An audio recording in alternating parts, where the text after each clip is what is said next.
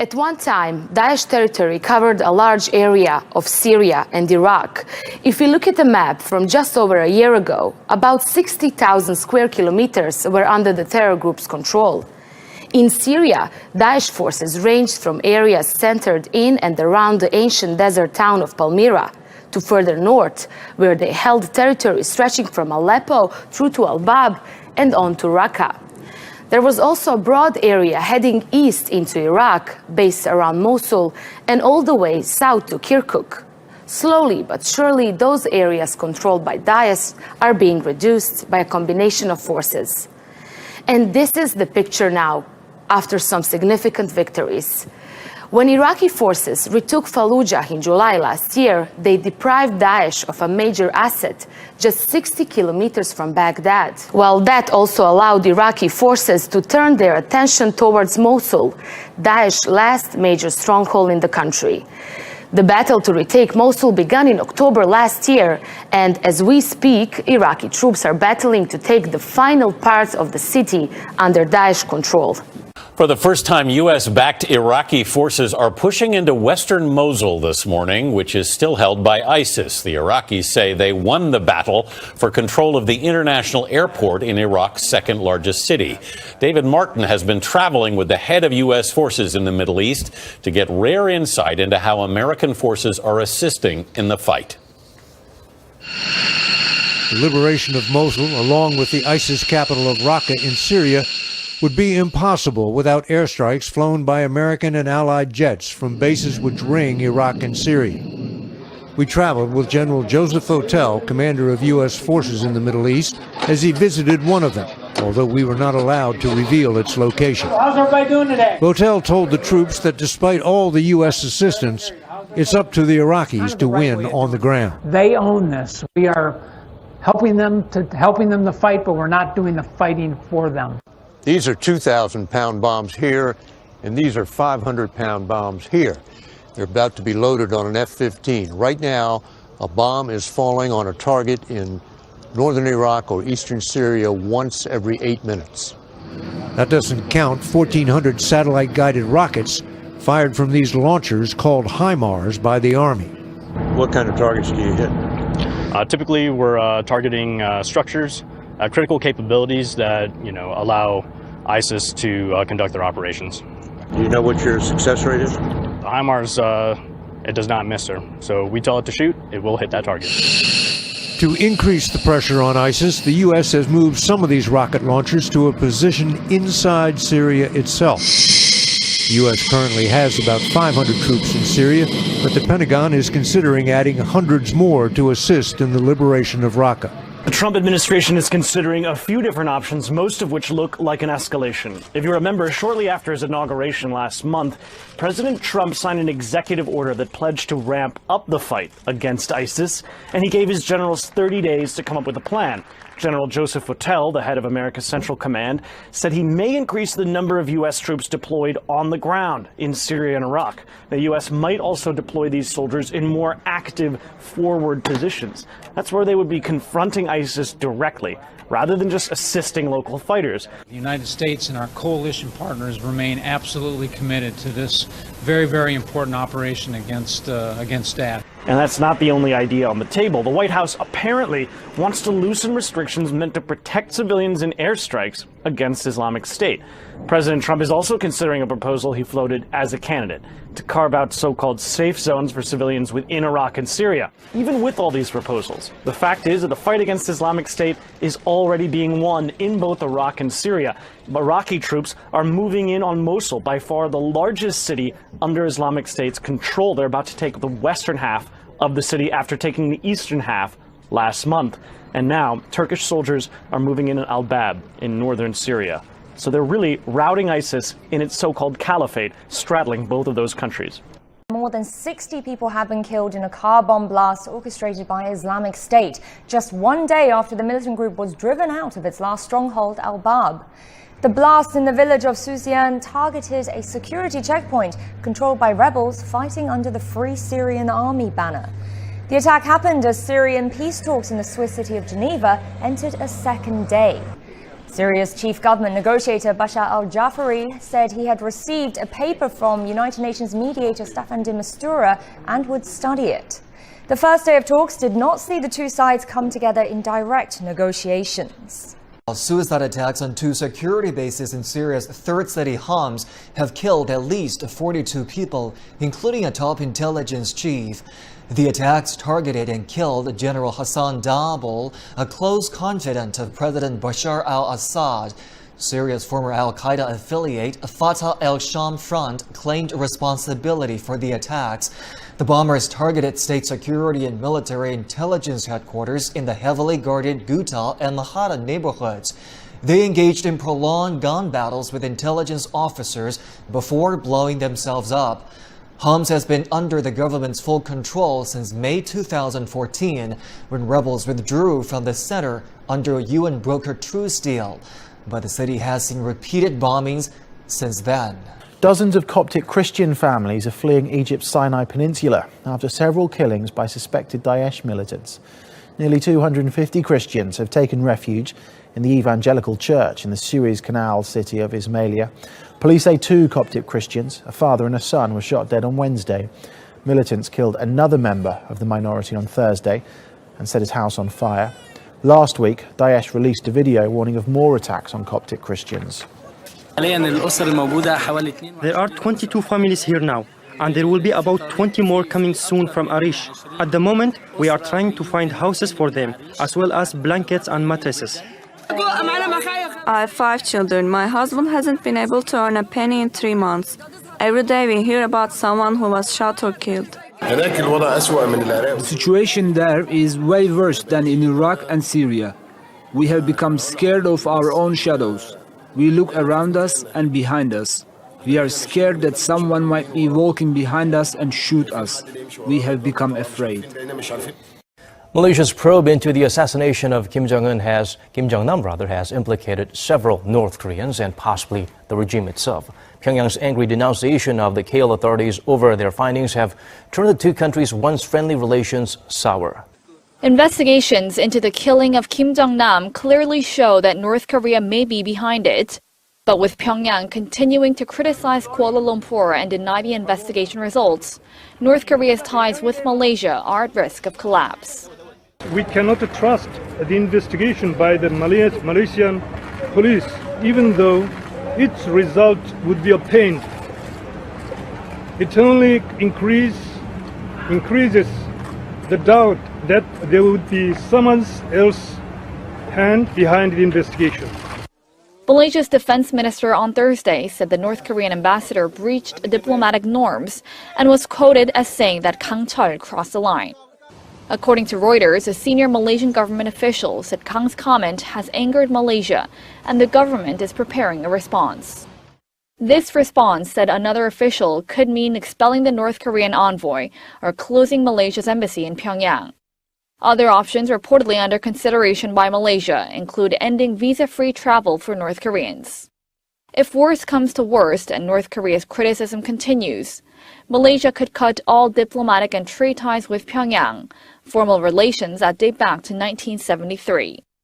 Malaysia has had relatively good diplomatic and economic ties with North Korea, allowing direct air connections between the two countries and easy travel regulations. But now, one of the few remaining friendly countries could soon turn its back on the North, further isolating the reclusive regime. North Korea and China are widely known as friendly neighbors, but a commentary published Thursday by the state-controlled Korean Central News Agency is showing a rare shakiness in the bond between the two countries. In the commentary, Korea didn't name China, but left little doubt about its target. Quote, a neighboring country, which often claims itself to be a friendly neighbor, unquote. The Wall Street Journal's Jonathan Ching and Chun Han Wong report that the article lambasted China for playing down North Korea's nuclear capabilities and for curbing foreign trade, an apparent reference to China's weekend announcement that it would suspend coal imports from North Korea for the rest of the year. North Korea is heavily reliant on China for trade, while China sees North Korea as a buffer against South Korea and Japan. But Beijing's patience wore thin after Pyongyang conducted a series of nuclear and ballistic missile tests last year, prompting China to back fresh United Nations sanctions in November that target North Korea's coal imports. While an early round of UN sanctions restricted coal imports from North Korea, China is widely believed to have used a so-called humanitarian exception to exceed the cap. In Thursday's piece, North Korea even adopted a mocking tone, saying that the country is, quote, styling itself a big power, is dancing to the tune of the U.S., unquote, and also vowing that cutting its exports wouldn't deter North Korea from developing its nuclear arsenal. North Korea and China were founded as communist states within a year of one another after World War II. Beijing has been an economic and political benefactor of Pyongyang since they fought alongside each other in the Korean War of the early 1950s. The suspension of coal imports from the DPRK for the rest of the year shows that China stands by the UN Security Council resolution. But the sanctions have also taken a bite out of China's own economy at the border. Companies involved in cross-border trade have been hit hardest by sanctions. I've seen many layoffs and pay cuts. Economic hardship on the border area did not happen overnight, but rose gradually along with tensions on the Korean peninsula. Industries like steel, minerals, and the chemicals have been hurt most by the sanctions, and the impact has spread to other sectors like tourism. There are no customers, sometimes not even one walk-in customer throughout the whole day. The shrinking trade in Dandong after China agreed to the UN sanctions last March has left many businesses with few alternatives. One expert shares his thought. By fulfilling the obligation to implement the UN resolution, China has also made a sacrifice in terms of its own economic benefit and hopes to bring peace to the Korean peninsula. And whether the latest sanctions will be sufficient to bring the DPRK back to the negotiation table and build peace and stability on the peninsula, only time can tell. Activity appears to be ongoing at North Korea's nuclear test site. Experts are concerned it could be a sign the North is preparing for a new nuclear test. North Korea monitoring website 38 North says that commercial satellite imagery taken of the Punggye-ri nuclear test site on February 18th shows low-level activity at many locations within the installation. The website says the images show supplies and equipment are being moved in and out of the test tunnels. 38 North says that, should the order be given, North Korea could probably move forward with the nuclear test in short order, but it remains unclear when such a test might take place. When President Donald Trump stated that he would put the U.S. nuclear arsenal at the top of the pack, Moscow heard a threat.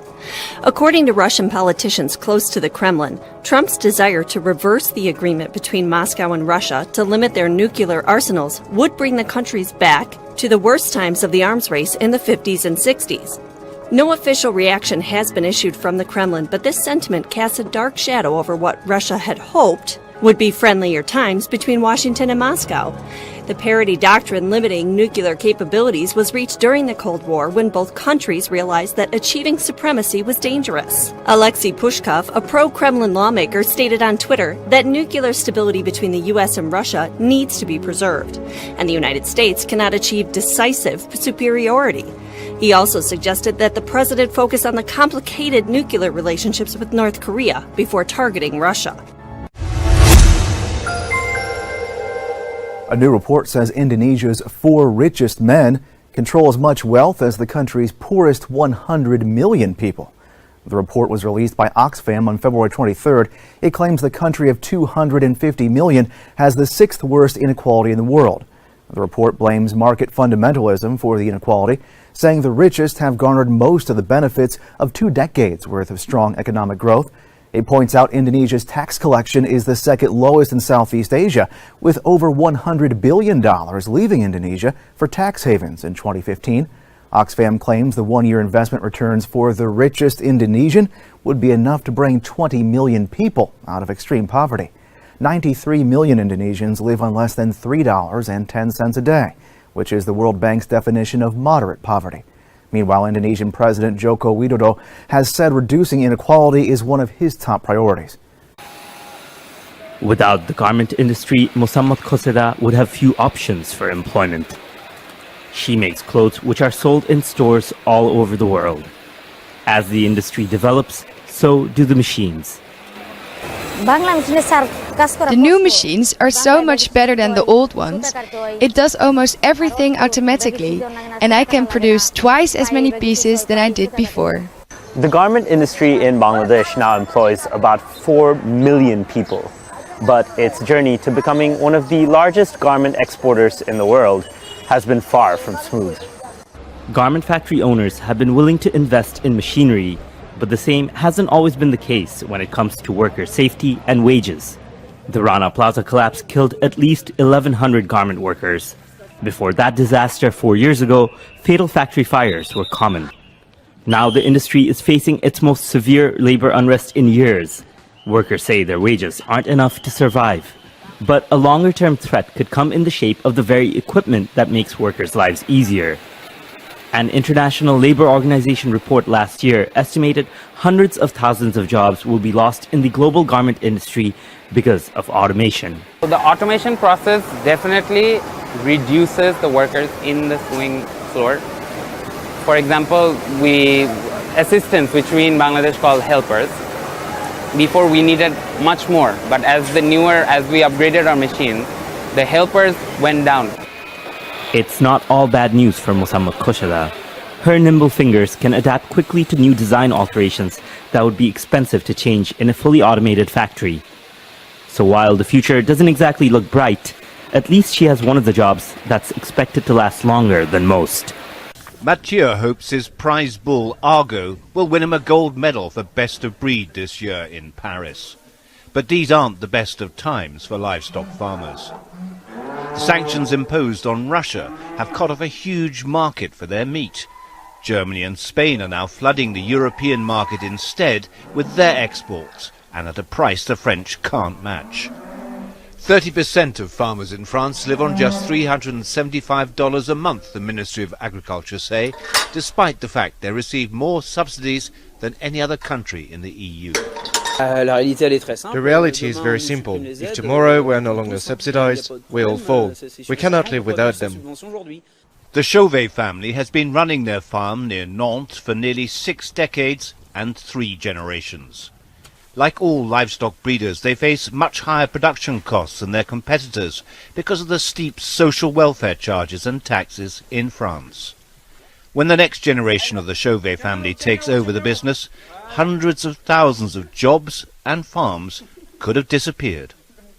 There's one aspect of this crisis that doesn't even reach the headlines in the French press anymore.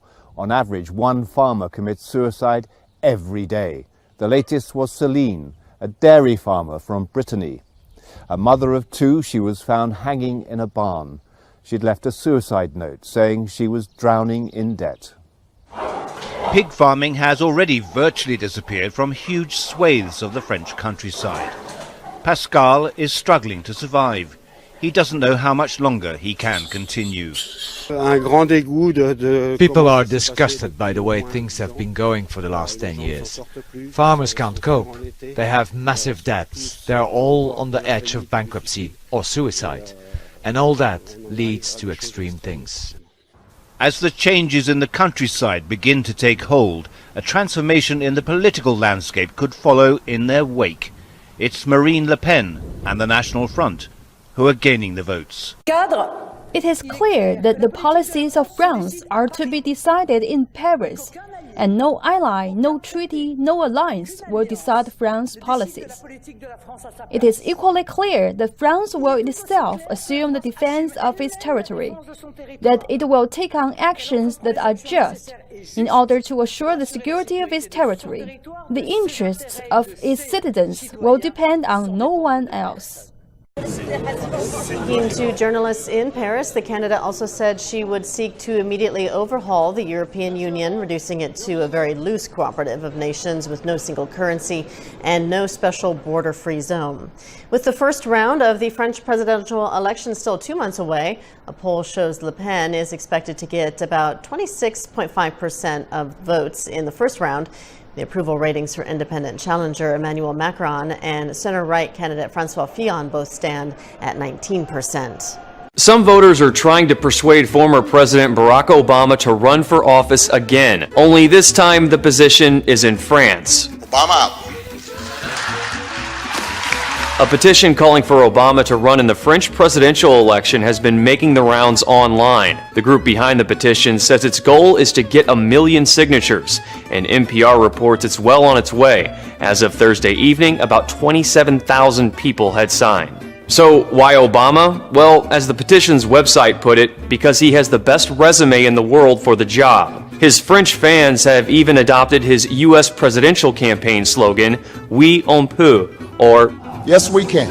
But to become president of France, you have to be, well, French. Obama isn't a French citizen, and that's where you might realize the co-founders have a different goal. One told NPR, "It's definitely a joke, but it could make people think a little bit about what we could do differently in French politics. The idea was to make people wake up." Mack Beggs looks like many anxious, brooding teenage boys, fidgeting and trying to focus. The undefeated wrestler is getting into competition mode before the Texas State High School tournament in Houston in the girls' 110-pound weight class. The 17-year-old was born female but is transitioning to male with the aid of testosterone therapy. Beggs told a Dallas newspaper he'd compete against boys if he could, but state rules won't allow it. The Dallas area teen won his first match on Friday against Taylor Latham. Latham's mother says she empathizes with Beggs, but it's not fair for that individual that wants to transition and wrestle boys. And it's not fair for the female wrestlers for this unfair advantage. Beggs competes against girls because the state policy for athletics requires students to wrestle against the gender listed on their birth certificate. We believe having those separate divisions has led to the overwhelming success of the sport in our state and the high volume of participation in our state as compared to others. Texas is one of a handful of states that has separate boys and girls wrestling competitions and has thousands of participants. As for the hormone use, the state policy allows Beggs to compete because he's changing genders under the care of a doctor. In a previous tournament, 2 of Beggs' opponents forfeited rather than fight. This man says if his daughter faced the transgendered teen, she'd compete. No, she's never backed down from a wrestling match, and she's not going to start today. Beggs is suddenly in the limelight, caught in the whirlwind of a fiercely political issue, and is unsurprisingly shy of the national media attention and cameras trained on his every movement. It doesn't really bother me if, like, a girl's in the boys' bracket or something, so... I don't know. I've never heard of an athlete being allowed to use enhancements of any kind, so I was shocked. And if she thinks that she is capable to compete with the boys, then she should be able to compete with the boys. A victorious Beggs and his grandmother slipped out of the arena before reporters could catch up. He told us he'll talk after the tournament is over. Opponents in Guatemala call it the Boat of Death. This vessel is run by the Dutch organization Women on Waves. Its mission to offer free abortion services in countries where they are banned. But the Guatemalan government is preventing anyone from leaving or boarding. We have the right to come and go as we please. We've done nothing wrong, we've done nothing illegal, and we should be allowed to have who we would like come to our boats. Not so, says the Navy. It's placed the boat and some crew members under military custody. It's a sailboat with 4 tourists. That's what they said was their purpose, to come to Guatemala only as visitors. Given that we know now what their real intention is in our country, the order from the Army Commander-in-Chief and our President is that they leave our waters. Abortion is illegal in Guatemala except when a mother's life is in danger. Opposition to such procedures is strong. This is against the law because Guatemala does not allow abortion. And how are they going to come here and sin? And we Guatemalans have to be quiet because they come from the Netherlands. Please. We heard this woman saying that they fight for life, they fight for human rights. It seems that killing has now become a human right. An estimated 65,000 illegal and unsafe abortions take place in Guatemala every year. Women on Waves say they offer a safe alternative. The protesters here are telling them to go away. Trump's war with the media, mainstream media rather, has been going on for quite a while now, and it's only getting worse. Today, several outlets, including CNN, the LA Times, and Politico, were denied access to the White House briefing. But why does the president have this feud with some of the outlets? RT's Alexei Yaroshevsky takes a closer look. At the first CPAC convention since Donald Trump assumed presidency in the United States, he and his gray cardinal, Steve Bannon, for probably 100th time unleashed the rage at the mainstream media. A few days ago, I called the fake news the enemy of the people, and they are. They are the enemy of the people. They're corporatist, globalist media that are adamantly opposed to an economic nationalist agenda like Donald Trump has. Some may rightfully argue Trump administration has not yet asserted itself as, always relying on solid facts, yet often using questionable sources and numbers. But do they have a point in waging this war with some parts of the media, those outlets belonging to the so-called mainstream? I mean, it's not like they've been calling for his impeachment going as far back as April last year. Oops. They actually have. We've done tons of reporting on how the mainstream media have been running fake news, failing its audience, and playing a direct hand in getting Trump elected. But today we'll take a look at the aspect we previously hadn't focused on, the people who get airtime on major networks. First off, meet John Schindler, former NSA officer and Naval War College professor, often guest on major outlets and speaking events, talking about, spy stuff. Known on Twitter as 20 Committee, his feed is a Klondike for conspiracy theories, where he either pushes surreal suggestions like this one, or believes he speaks to the intelligence community and claims Trump will die in jail, all presumably from the comfort of his hot tub with a cold one in his grasp. There's one problem, though. According to the 2014 Associated Press reporting, John Schindler was fired from the Naval War College for apparently sharing a picture of his intimate part with some woman who later put it on Twitter. Schindler himself tweeted that he severed his affiliation with the college, not citing the incident which led to that, and reportedly apologized for his behavior on the blog, but the apology has apparently been taken down. Next up is former British MP Louise Mensch, also a regular appearance on morning MSNBC shows, talking about, guess what? Russia, which apparently she has no clue of. Just as that she has no clue the late Leonard Cohen was a Canadian based on that famous tweet of hers.